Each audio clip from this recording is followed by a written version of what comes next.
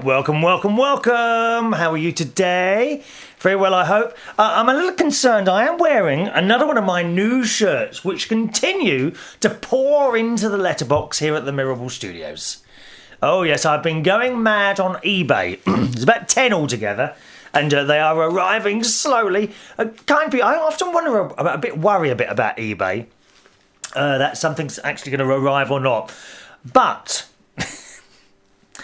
I've got to be honest, the shirt I'm wearing is a little bit too small. And before I record the show, I usually have a little sort of 10-second record in the camera so that I know where it is. Those of you watching on YouTube will know what I'm talking about here. For those that aren't, I shall describe. I'm a little bit concerned about today's newish shirt. Well, it is new. It's a new shirt, right? It's lovely. It's pink and chocolate and black and brown and white stripes and orange stripes going down, right? The only thing is, it does feel a bit tight. And when I was just having a quick look at the camera, I record for 10 seconds and I have a quick look to see that everything is in position, you see, before I start the show. Does this shirt look as bad as I think it did? That's the question I'm asking you today. I'd like you to... God, it's tight. I was determined to wear it at least once. This shirt is killing me, to be honest.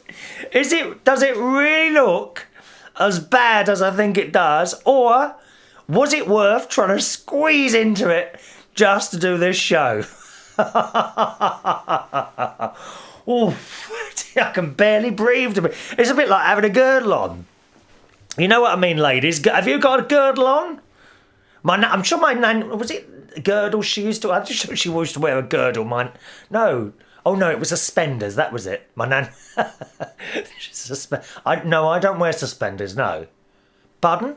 No, I do not wear women's clothes. Do I look like a drag queen? Oh, no, I can't be doing that, dear. Wearing women's clothes. There's something not right. I'm sorry, there's something not right about that. It isn't... I'm a real man. I want to point out I'm a real man. I am. But please tell me, and if you tell me it does look awful, I shan't wear this shirt again. I've got another similar one downstairs, which is slightly different colour with stripes on, and I think that's the larger size. But I'm sure I made sure this was large before I bought it, and it doesn't feel it at all. It's really tight around the stomach. I don't dare get up. I mean, it's bad enough you seeing it a bit tight around the top, okay? But it's so tight around my waist. It's unbelievable. I was considering undoing a couple of buttons, but I'm never quite sure how much you can see on the YouTube or the current TV or the Blip TV or the what's the other one we're on, or Daily Motion. I'm never quite sure how much you can see, because the little picture at the back of the camera seems to see less than you can actually see when you transfer the show to the computer to put it all together. So does this shirt look as bad as actually I think it did when I looked a few minutes ago? Please let me know. My name's Chris Reardon. This is United Kingdom Talk. My email address is chris@unitedkingdomtalk.co.uk. Chris at unitedkingdomtalk.co.uk. We don't worry too much about this sort of thing, do we, really? I should have put a larger shirt on. I know I'm going to suffer for this. I shall suffer for this by the end of the show. But maybe it'll squeeze a bit of the fat off me. Oh, weighed myself. We're back on the weigh-in thing, I'm afraid. It's ongoing, isn't it, really? I think from the very first time I started the show back in 2005, was it September 2005? I think from the very first show, we've been worrying about the weight. It goes up, it goes down. At the moment, it's up. Okay, 13.5. Not as bad as a couple of shows ago when it was 13.7. So it's not too bad.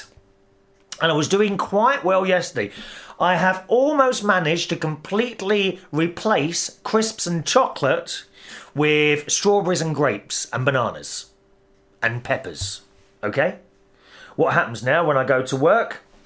I take it a little tub. I might have something while I'm at work, as in a meal. But instead of purchasing a bag of, or trying to get out of the management a bag of crisps, which actually I'm quite successful at doing, Chris only has to say, "Oh, any chance of a bag? Oh yeah, go on have one." Or they moan. They usually moan a bit first. These managers. Oh, well, they're 80 pence. Oh, just give me a bag of crisps. Oh, okay then. I'm usually managed to squeeze a bag of crisps out of them because that's about all you can squeeze out of them. I have to say, dear. Huh? But I have stopped doing that and replaced those with strawberries and grapes and things like that. So that's good.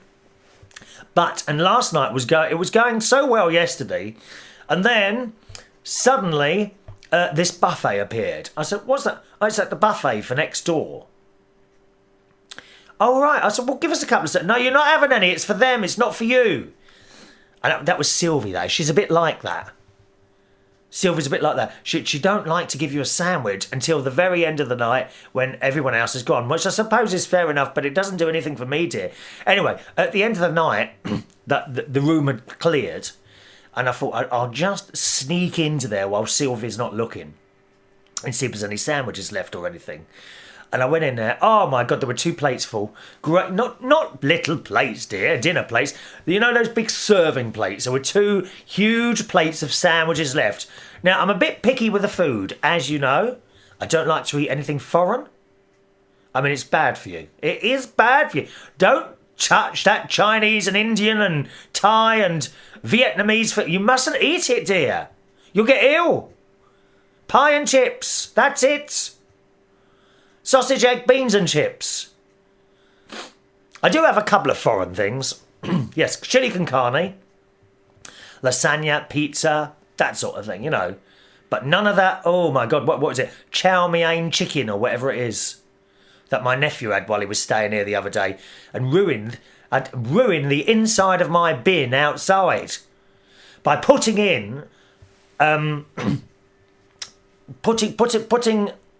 used, because they don't do it from scratch, do they? Oh no, they've gone out. That's my nephew and his girlfriend. They've gone out to one of these Chinese takeaways and they've bought it all in those awful metal containers with the cardboard lid on the top. Oh my God, how can you eat that stuff, dear? Oh no. Anyway, he's obviously eaten, probably ate all of it, and in the bottom was the sauce, whatever that's made of. God knows.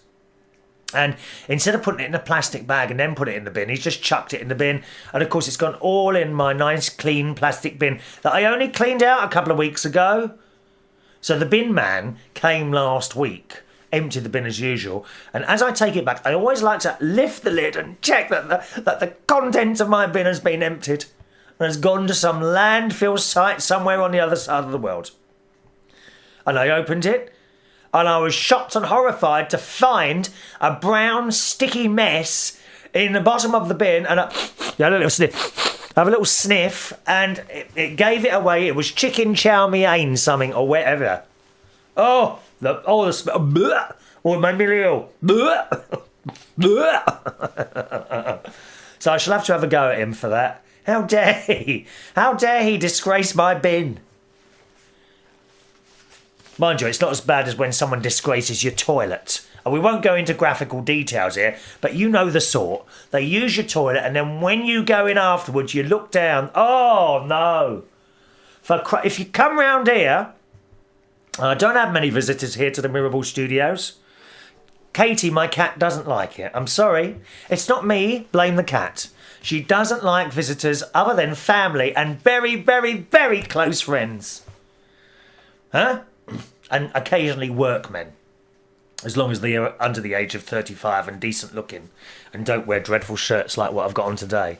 Oh, this is tight. I might have to change this halfway through. I can barely breathe in it. If you're going to come round my house and do that, and if you do use the toilet for that sort of thing, and you flush it and you notice the toilet bowl is not clean, get a bit of toilet paper, dear, and clear it up and then flush it again. Don't leave it for me to find 10 minutes later. That's just rude. It's rude. Isn't it? So there we are. Where were we now? Oh, that's it again. I've lost the thread. I always do this, don't I? Oh, we're talking about Gary. What was I talking about before the chicken chow mein and the food? Oh yes, yes. So I sneaked in to the function room at the back. There were 2 plates of sandwiches, so I helped myself to a few. Well, I say a few ham and tomato sandwiches that Sylvie makes for functions. She does a big plate. This is all different ones. They do egg. I can't stand an egg sandwich. Can you? And a horrible smell. Horrible smell. Egg sandwiches. So I left those. I had ham and tomato sandwiches. I had about 8 of those, to be honest. You know, I'm not going to lie to you because you're my friend. Yeah. It's no use sitting there shouting at the radio, why did you have 8? When I say 8, I don't mean 8 full sandwiches. They were cut into triangles, dear. Although she didn't go as far as removing the crusts, which I'm quite pleased about. I quite like the crusts, do you? You go around some of these posh places, they cut off the crusts. What a terrible waste of food. Who's going to eat those? And they chuck them in the bin. They do. They cut off the crusts and chuck them in the bin. Terrible waste, dear. Mind you, not that round here, where I live, we're allowed to feed the birds and the wild animals anymore. Remember that letter? From the council? You must not fit from Bracknell Council. They might even be listening to the show. I hope he is. What's his name? The mayor? Paul, whatever his name is. Sits there in his big house dishing out instructions all the time, dear. That's all he does. I wonder if he's claiming any allowances, like those naughty MPs are doing here in the UK at the moment, claiming left, right and centre, according to the Telegraph newspaper. £800 for a pair of bookcases. A pair of bookcases, £800. Well, he didn't get those from MFI, did he, dear? £800 for a pair of bookcases. I've got a lovely... Funnily enough, isn't that funny? Right, I've just realised, because I've moved the studio again today. Not the studio so much, but the camera. And look here. Can you hear this? A bookcase behind me. That wasn't £800. That was from MFI. It was about 30 quid. Why can't you buy a bookcase that was 30 quid? £800? Because the taxpayer funded it. That's why, dear. What a blooming cheek. And another one, didn't he have a moat dug around his house? A moat! Well, what does he think's going to happen? We're going to be invaded by Norway again? A blooming moat round his house, dear. Why stop there? Why not stock it with fish? Another sea-like creatures. Of course, you'd have to make the water salty for those, wouldn't you? Because can you get freshwater crabs? Can you get that? I don't know. And painting and... didn't someone get caught for claiming a porn channel or something like that? Some MP's husband, she got... she put through expenses to dirty videos. I hope I wasn't on any of them, because there's been a few of those. Oh, there hasn't really. Stop it now. Don't start searching on the internet for dirty films of me, because there isn't any. But yeah, one of the MPs, her husband, I think it was claiming for either dirty videos or some porn channel on one of the satellite services, of which I wish to point out that I don't subscribe to. There is no subscription television here in the Mirrorball Studios. It's only the free stuff I have, because I'm tight.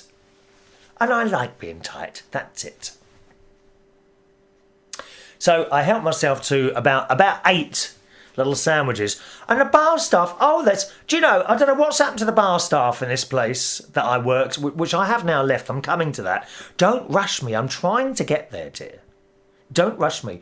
Yes, the bar staff, a couple of the bar staff, not all of them, but a couple of them have been really miserable the last few times I've been there. I don't know what their blooming problem is. I think it's Sylvie winding them all up, to be honest. I do. And as I walked through with my little hand, I didn't have a plate, my handfuls of sandwiches, I was like a little hamster, walking with my nuts. Pardon? Walking with my little sandwiches. Was like a hamster. And I walked past. God, are you eating all those? You're going to explode if you keep eating. Well, only a handful of a few sandwiches. And all they are is ham and tomato sandwiches, right? Oh, I think I had a cheese and onion one as well. And I don't know how she makes them, but they're delicious. Absolutely delicious. But trying to get a sandwich out of her sometimes is like trying to get blood out of a stone. It really is.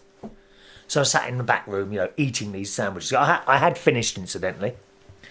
The sandwiches had been sitting out there for about 2 hours, to be honest, but which is not always the best thing to do, is it? My friend Gwen, you know the karaoke singer Gwen, elderly lady, she had a bit of food poisoning last week. Yeah, she got that she thinks from a 4-cheese sandwich that she bought.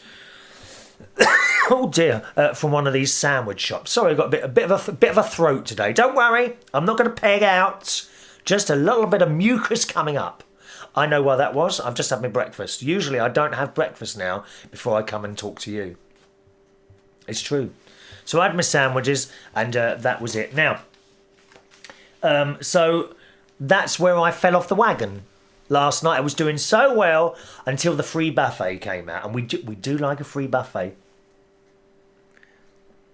When I used to DJ at weddings and all that, there was always a buffet. Oh, it was lovely. Oh, sausage rolls and all that, dear. I know I've mentioned this a few times before.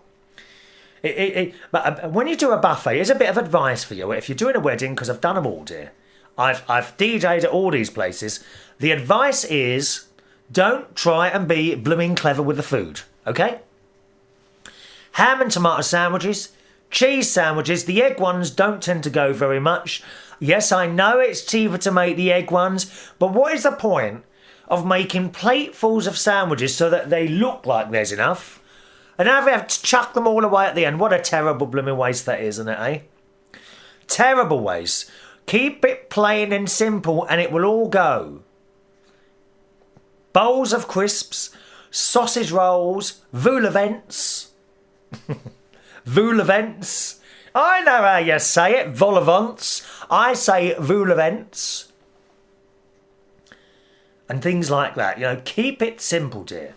Maybe some French bread with butter as well. Very nice. Very nice. Long French sticks. Tasty. And that's where I fell off the wagon last night, really. So I'm 13 stone 5 today. I will keep you fully informed. I would like to go back to about... If I get to 12.5 stone, I'll be very happy. Very happy indeed. I have now started sit-ups. Yes, I've done it twice so far. And last night I managed 3 sets of... I think the first set was 15 sit-ups. The second set was 10 sit-ups, and the third set was 10 sit-ups as well. So is that? I think that's 3 sets. We could say it was 3 sets of 10, but there was one of 15. If you see what I mean. So 1 set of 15, 2 of 10. I know. There's people who go down the gym who are laughing that I only did 10 sit-ups. Listen, dear, you've got to start somewhere. It's like when I see people in the swimming pool and, I go in there, I knock out 54 lengths, I get out and I walk away and, I don't feel out of breath or anything. There are people in there who you can see struggling to do 3 or 4 lengths. And I talk to them and I say, don't worry about doing 3 or 4 lengths. When I say, how many do you do? I said, about 54. Oh my God, I've only managed 6. And I'm like, well, that's nothing to worry about. That's what you have to start with. Start low. Don't set yourself too high a target, because when you don't reach it, you'll be unhappy. Start low. That's the secret. All right. So there we are. That's my weight at the moment, 13 stone 5. Now I haven't managed yet to get to the supermarket. Get to the supermarket to record the lady's voice on the self-service checkout. You remember the one we were talking about the other day? There is an undisclosed item in your checkout area. Please remove the item and try again. I keep meaning... I haven't been up to the supermarket this week at all because my fridge has been full. Yes, it's been full, but now it's starting to empty out, so I may try and go this afternoon. I have with me my handheld video device. Very expensive. Handheld video device. This is the actual device I use to record the shows when I'm out in the garden or somewhere. Sometimes we do an outside broadcast, don't we? an outside walk. We've done that in the forest a couple of times. We've done one by a lake. I'd like to do one in London by the Thames, but I think I'd find it quite difficult talking to you, right, while there are people walking past, and probably, some of them would stop and stare. You know how they do? When they're on, you see the interviews on the television, when they're interviewing people outside the Houses of Parliament or somewhere like that, and people stop and just stare, don't they? I don't think I'd cope with that very well. I'd have to do something stupid. Blah, blah, blah, like make a noise or something like that. So I must apologise. I haven't done the supermarket voices yet. All right. You're listening and watching The Voice of Britain. My name's Chris Reardon. This is United Kingdom Talk. The Voice of Britain. That's what my brother-in-law now calls me. The Voice of Britain. I might get away with Voice of Britain. I don't think I'd get away with Face of Britain, do you? I've got a feeling. I have been told many times I have a face for radio. I'm not quite sure what they mean by that. But my brother-in-law calls me the Voice of Britain. That'd be a good name for a podcast, wouldn't it? There you go. Any young ladies or young lads who are considering doing a talk show themselves? How about that for a title? The Voice of Britain. I like it. I like it very much. Good luck this week to Terry Turner. Terry Turner, a very, very good friend of mine. He does some co-presenting with me on another radio station. And he's just launched this thing for anyone to try. If you'd like to have a little go at it, I often say to you, if you want to have a go at podcasting, just go and do it. There is another thing called... well, as you know, online radio. A lot of people are listening to the show on online radio stations at this very moment. Well, Terry Turner has started a new online radio station with a difference, right? Because wherever you are in the world, if you want to have a go at broadcasting, this could be your chance. Because if you want to do it, you can get in contact with Terry and he will let you have a go on this station. It's like a station to help people have a go, basically. Like a hobby. Doesn't make any money, okay? It's not like a big radio station that is going to take hundreds of listeners from people, so we can mention it. This is set up for anyone of any age to go and have a go. If you want to have a little look at that, it's at lovegravity.com. Lovegravity.com. If you want to have a go, have a little listen, have a go, get in contact with the guy. He'll say, oh, okay, yeah, you can have a go. And he'll explain to you what you need. Basically, you need a computer and a microphone. That's about it. And a set of headphones. And, of course, some music to play. And they've got all the licenses and all that business. So if you'd like to have a go at radio, possibly you're listening to an online radio station at the moment that is kind enough to play out this show. Well, if you've never done it before, you may not be ready and you'd like to have a go. You probably wouldn't be ready to go straight on that station, but this is like an intermediate thing, and they are willing to give people a go. There are already quite a few good people on there who have learnt, by being on there. It's a brand new one, so they're looking for people to do that. If you want to have a go, have another look, all right? Lovegravity.com. Lovegravity.com. And write to Terry Turner. That's your man there. And he's quite nice to talk to as well. He will help you. And if you make mistakes, rather than come down on you like a ton of bricks, as other people do, he will help you. And in fact, I have offered my services as well in that respect. Sort of, if anyone wants any help, I'll help you as well, okay? My email address, once again, chris@unitedkingdomtalk.co.uk. chris@unitedkingdomtalk.co.uk. Sitting there, as I did last night, at the steam coach in Hemel Hempstead, where I have now left, I'm afraid. But I was looking at my stomach last night in a mirror, and I thought, anyone who didn't know me, didn't know I was a man, would probably think I was going to become. I mean, I have thought about renting out my stomach and becoming a surrogate mother. I don't know what your views are on that. I mean, if there's anyone that needs a baby or something like that, I am now considering renting out my stomach because it's big enough to become a surrogate mother. Now, how much, how much could I charge for that, do you think? Would I have enough to purchase another property, I wonder? I'm going to should I become a surrogate mother? Let me know your feelings on that one, Chris. At unitedkingdomtalk.co.uk. I don't know where we're going today with this programme. I really don't. I meant to do all these emails that have been building up. So that's something else I might think about, becoming a surrogate mother for extra cash, because the stomach does seem to be there at the moment. And before it goes away, perhaps I could knock out a couple of kids for you. Okay? Come on, ladies. You don't want to go through all that pain and labour. All those drugs that they give you now in the hospital. Eh? Rather than go through that, why not pay me and I'll have the baby for you? Okay? Fair enough. So, yes, last week, or yesterday, I left the steam coach in Hemel Hempstead. I have been there for quite a long period of time. Very, very good friend of mine runs that, Justin. And I kind of feel a bit sad, really, by leaving that. But in the job that I do, you really shouldn't hang on to jobs when you kind of know they're finished. All right?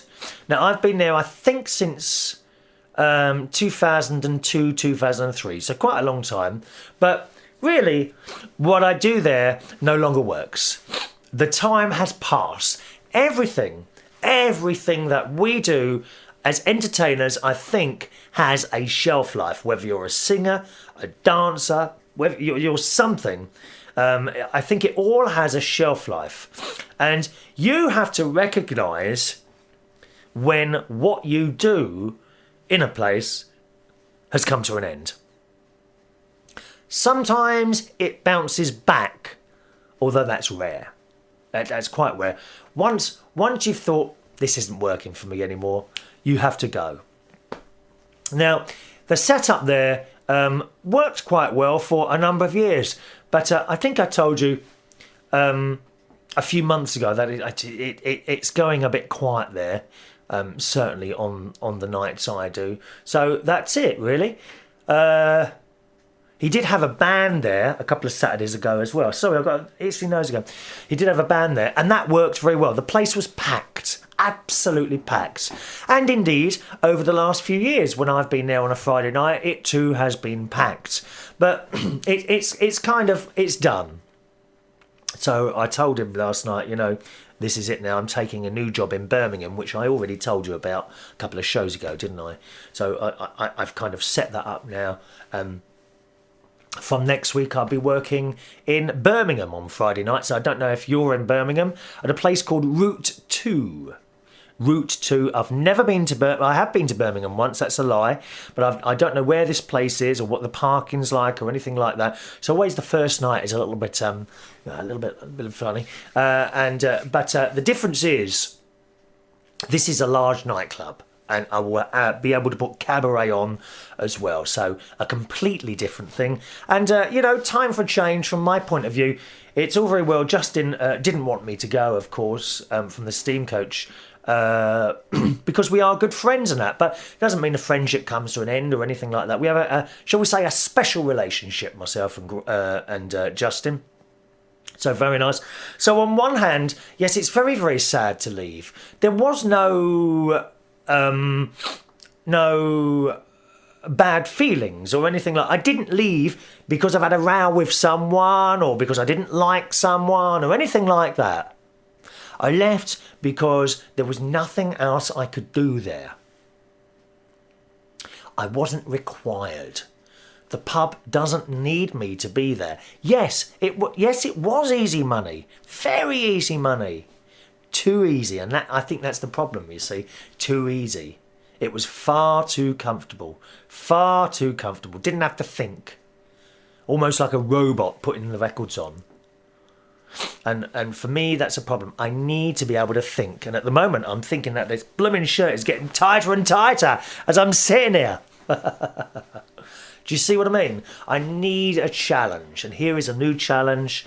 I actually decided, I would say about 6 weeks ago, that I needed to leave the steam coach. I didn't tell Justin then because I thought, well, you might change your mind, see how it goes, but it didn't get any better really. So that's why I left. I am sad to go because now it means I won't see him every week. But on the other hand, you know, one has to move on. Otherwise you get stuck and you don't improve. I like to try and improve myself as well, if that's possible. Perhaps I'll always be useless at everything. But you understand what I mean. You need to move on. You have to move on in this job when you realise one of your other jobs doesn't really work anymore. So there we are. I've left the steam coach, and Justin doesn't watch this show or listen to the show. I think a couple of his customers do, but I am eternally grateful to Justin for those many, many years of work, which is just fantastic. And we'll remain friends, of course, and chat to each other on the phone all the time. It's sad to leave, but you have to move on. I do know people in other venues who really should have moved on, and they don't. They cling on in there. I think I've been guilty of that myself. There was a place in Camden that I think really I clung on. I was there for 18 years. I think the last 3 years there I didn't enjoy. About 3 years. The last 3 years, and I clung on in there. I clung on, and I should have gone 3 years before that. I just was not happy there at all. I hated it. Absolutely hated it by the time I left. The whole way it was run, some of the staff there, just didn't work. And by the time I left, I very, very much felt that I was completely on my own and isolated on the night that I did there. So it was time to go. Oh yes, the customers were with me, yeah, but you need more than that to be happy in a venue. But again, you can get on with everyone. Such as in the steam coach, you can get on with everyone, and yet no, this is finished now. This you need to leave now. So I have done, and that's it. And if you are a DJ or a singer or something like that, and maybe you're listening or watching this show, you must recognise the signs that say to you, this job is now over. Move on. Justin would never ever have sacked me. He would never have sacked me. Or fired me. He just wouldn't have done it. And as it was quiet, I also looked at it from his point of view. You know, paying for me to come out when you don't really need to. And in this economic climate, it's not the thing to do. You've got to sometimes make decisions. So I kind of made it for him as well. So it works both ways, I suppose. So thank you, Justin, for the lovely work over the last few years. All right. All right, boys and girls, let's do emails. First of all, it's our friend Mitchell. Hello, sir. Mitchell. I know some of these emails are a couple of weeks old now. Sorry. We as always, we build up the emails, dear, because I can't shut my mouth. Mitchell says, it sucks about the letter you had from the council telling you to stop feeding the birds. Well, remember, I have since found out that all my neighbours got the same letter. So although I thought it was directed to me, it wasn't. Talking of neighbours, I knocked on my neighbour's door the other day. I have now transplanted all my tomato and pepper plants into large pots from the seed trays. I'm quite pleased about that, but I've got too many now. I still have some more seedlings. So yesterday I left a few over, and I thought, well, I knocked on my neighbour's door and offered them to her, and she took them in. What's her name? Karen. Karen and Dave live next door. Lovely people. And she has taken my tomato seedlings, and she will have a little set of tomato plants herself, all because of me, green-fingered Chris. My fingers are green, they are. I have been germinating, boys and girls. Germinating, the peppers have germinated as well. So I'm going to have too many of those as well. But I've still actually got a seed tray with about 25 tomato plant seedlings in it. So I've got 2 other neighbours along on the same row of houses. So I'll probably offer them. I don't think the third one along will probably want to do it, but the one at the end will. Her name's Pearl. She's got 2 lovely, 2 beautiful dogs. She's so nice, Pearl, and she really is. So I'll probably offer it to them. You see, not only does Chris Reardon chuck out these programmes attempting in a small, tiny way to entertain people, I'm now growing plants for the entire world. Look at what I'm doing for this planet, boys and girls. I do the little shows to try and make you smile. I have my solar panels providing London and the South East with most of their electricity. And now I'm giving everyone free plants to make their own food. God, I'm so good. Heaven awaits me, it really does. I shall be whisked, I shall be fast-tracked through the golden gates to meet the Lord himself, and hopefully he might thank me for doing so much for the community. Not anyone in particular, old and young alike.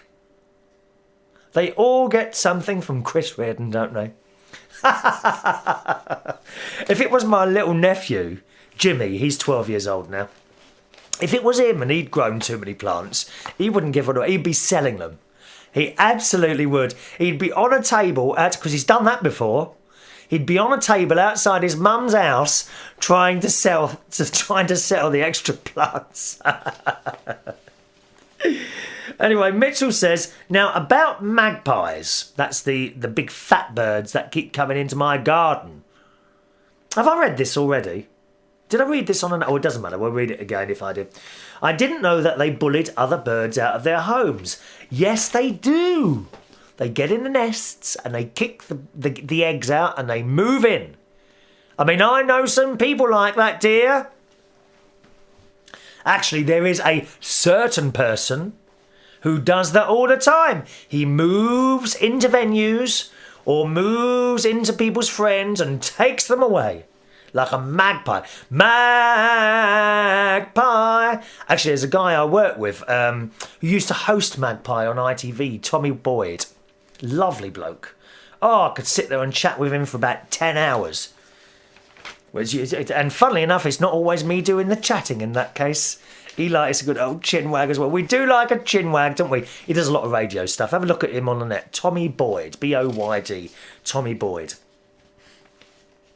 Anyway, Mitchell says, I remember I had a bag of Cheetos in the bed of my pickup truck. Oh my God, Mitchell, are you one of those butch people? One of those butch men who drives around a big truck with a bed in the back? Tell me, what stories do you have about that bed in the back of your truck? Yes, I know, I've seen them on the internet. What was that? I'm just trying to think what it's called now. There's a... No, I can't... Oh, I can't remember what it was called now. No, never mind. He says, I went back to get it a few hours later. That's the bag of Cheetos, not the bed, okay? And it was empty. I could not figure it out. Then my co-worker told me that magpies do that. Damn birds ate everything and left me the refuse. That's from Mitchell. Yeah, magpies do that. Be warned. They steal things. I've heard that if you leave your window open and something on the windowsill, they will actually have, if they want the items concerned, what you've left on your windowsill. So watch out what the magpies. Magpie! That was a theme tune to the show that Tommy Boyd was in. 1 for sorrow and 2 for joy, 3 for a girl and 4 for a boy, 5 for silver and 6 for gold, 7 for a secret never to be told. Magpie! Do you remember that? Come on, lads. Those of you over 40, who remembers Magpie? It was like ITV's answer to Blue Peter. It was. Who's this from? Now look, I haven't got a name on this one. What a liberty.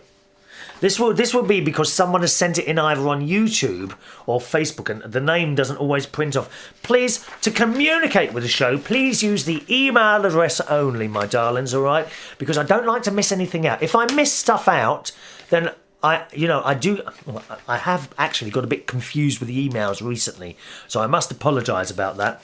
But please use the email address rather than MySpace or Facebook or some other, or YouTube or Current or Dailymotion, some other method of communication. If you use the email, it will definitely get to me. If you use one of the other things, it will get to me, but my brain is like a sieve and it can't remember to do all these things. So many things to do.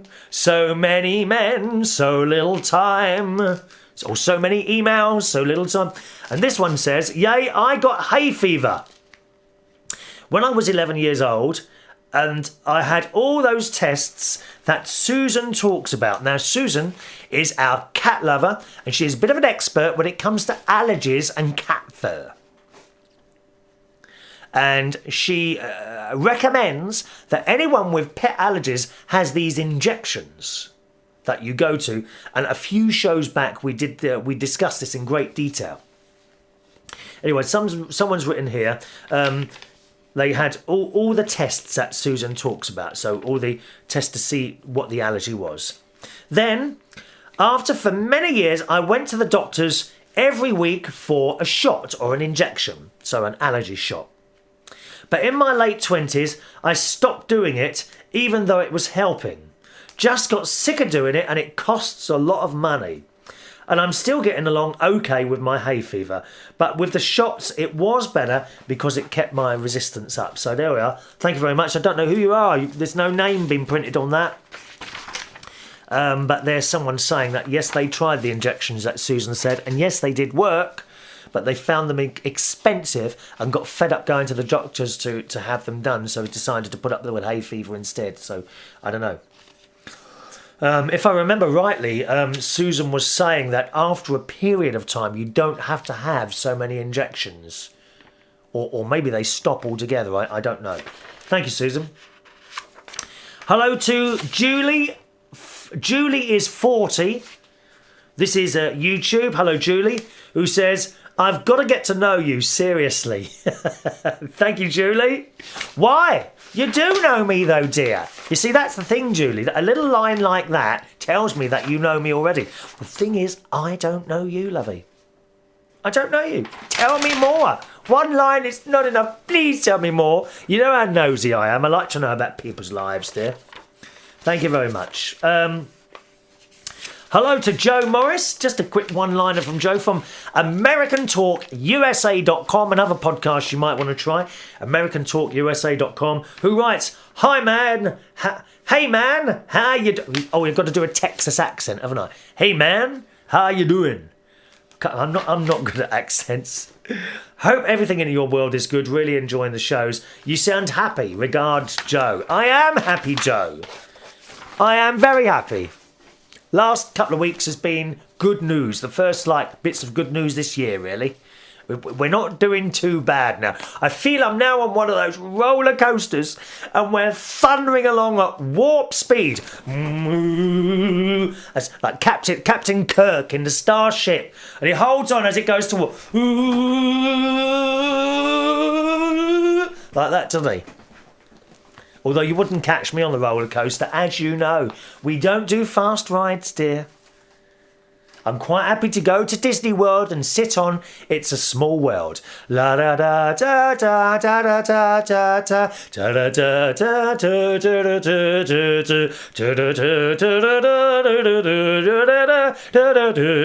da da. Thank you, Joe. You're probably wondering why I haven't spoken about the Eurovision Song Contest yet, aren't you? Well, because there's been too much to talk about. We might do that on the next show, all right? Oh, Eurovision, dear. Hello to Millie, motorised Millie in Minnesota. Hi, Chris, be warned that this may be a longer email than usual. That's because I want to answer the 2 questions you asked in your show, dated May the 7th. Hello, Millie. First of all, I do think you're carrying your fear of the swine flu too far. Well, on one hand, I understand your fear, particularly with the kind of work you do, DJing in clubs and such. You would be very vulnerable, as you're always around crowds of people. However, I also believe in every little rain that flies. I wonder why. I believe. Who's that song? Who sings that? Every time I hear a newborn baby cry, I wonder why. I wonder why. I haven't sung for you for weeks, have I? No, not today. We haven't got time. We haven't got time. We can't do everything we can't fit everything in. There's not enough time. She says, however, I do believe there is a very thin line between precaution and paranoia. Certainly, if it were me in your situation, I would take precautions. I wish I had. Oh, James Dean will know what I mean. I wish I had taken precautions, dear. But it's too late. The horse has bolted. The virus has entered. That's it. It's too late, dear. God's sake. I would take precautions, but speaking entirely for myself, I don't think I would allow myself to become so frightened as to be afraid to physically interact with people, shaking hands, etc. Oh my God, Millie, what are you leading up to here, my love? This is a clean family show. I know what you're after, Millie. Because Millie's coming over in September. Motorised Millie is coming here to the UK in September, and she's been trying to get me to her hotel. And I said, no, we're meeting a public place, Millie. Thank you very much. I know your game. I've heard about people like you in stories. Yes. Trying to seduce a young lad like me in your hotel room. It's not going to happen, dear. That's why you're mentioning this physical interaction, aren't you, dear? No, you naughty girl. You're almost as bad as those MPs, dear, claiming left, right and centre. Millie says, I've always subscribed to the philosophy that if one becomes too worried and afraid of what might happen and closes themselves off somewhere, one will miss out on the good things that the world has to offer, if it makes any sense. Well, what does the world have to offer me, Millie? Nothing. There's nothing for me in this world. I'm destined to a life of just talking to you a few times a week, but the rest of my life to sit here alone and unwanted. Oh, God. Millie says, that didn't come out as concisely as I would have liked it, but I hope you'll understand what I mean. I think we all know what you mean, Millie. Oh, yes, it says it here in your email. Physical interaction. We know where you're going. It's quite as plain as light, Millie, what you're after, my love. God almighty. I've heard of direct requests, but that's taking the biscuit, dear. It is. Secondly, Millie says, it is easier because we were talking on a slightly serious subject. We were talking about being disabled, whatever the disability, whether, I don't know, you've got no legs or arms, or whether you're blind or deaf or something. Is it better? I don't even know if that's the right way to say it. Is it better to be born that way? Because you would never have known anything else, would you? And Millie says, because Millie is in a wheelchair, as you know. Secondly, she says, it is easier to be born disabled than to become disabled. I can only tell you my opinion. Others may have a different one. I'm often asked whether, if the technology were to become available, or some sort of medical way of making it possible for me to walk were found, would I take it? What do you think her answer is to that? She says, my answer is always that I wouldn't take it. And there are 3 reasons for this. Number 1, this is all I've ever known. Millie was born unable to walk. She has always been in a motorised wheelchair.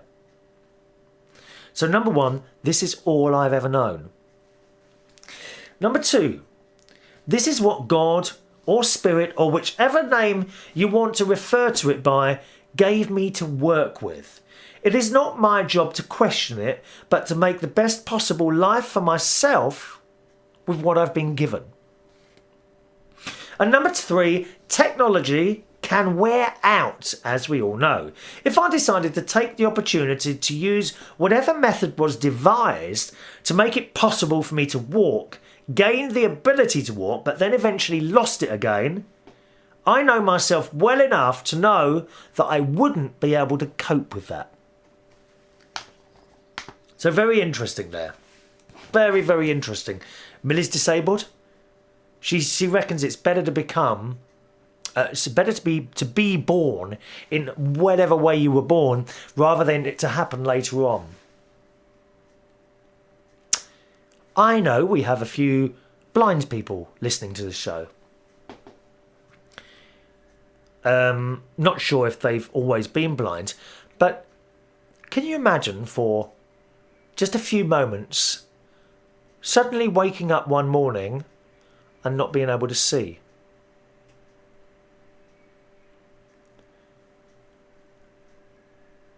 Must be one of the most frightening things ever. How does one cope with such a thing?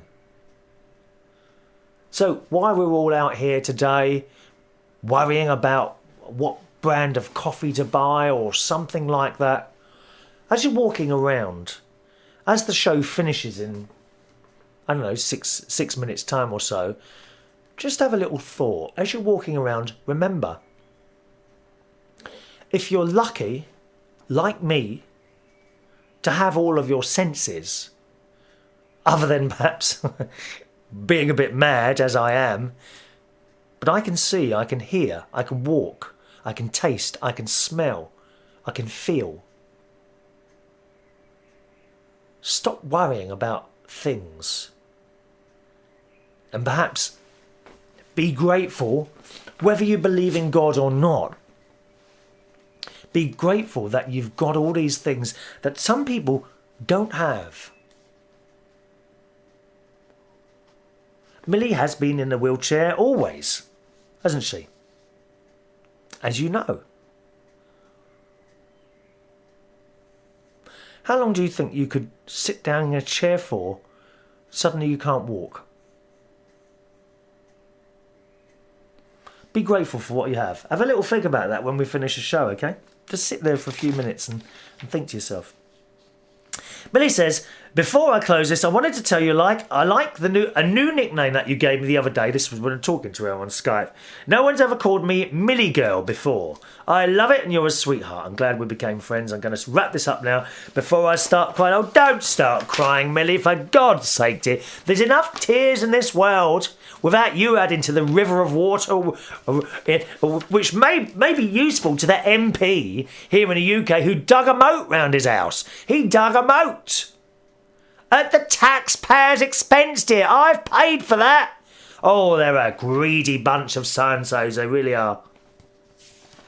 One more email today, then, which comes from Suko. We may not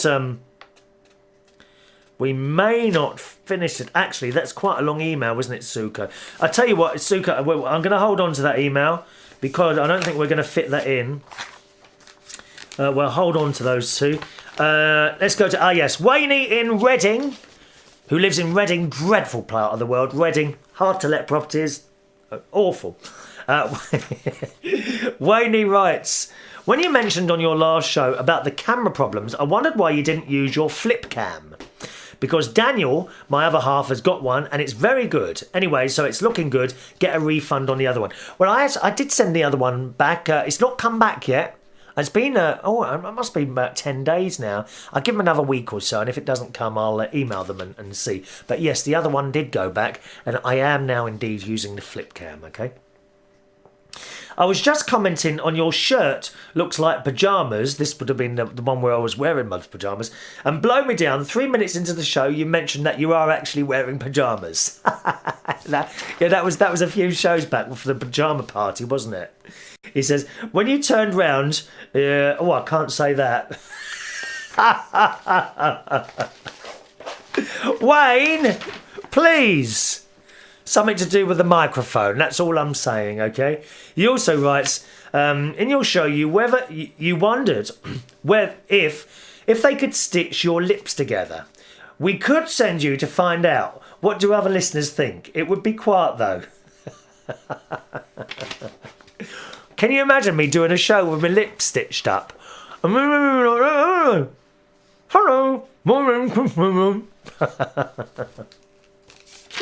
And got to say hello to Basil Bottler. He does his own podcast. It's quite amusing as well. Have a go for that one. BasilBottler.com. BasilBottler. BasilBottler.com. Or it might be .co.uk. I can't remember now. But there was a show where I had my maracas. Do you remember I had my new maracas, which are now at work? I don't have them here anymore. He says, you really should play with your maracas in private. Why? Other people like to join in. Oh, we've lost the picture now, haven't we? Never mind, we're nearly out of time anyway. Only got less than half a minute left, so that's okay. Sorry, the picture's gone, never mind. And finally, from Ross P, who says, when I was doing my show in my pyjamas, get dressed, you madman. Okay, well, I'm dressed today. As always, thanks for listening and watching the show. My name's been Chris Reardon.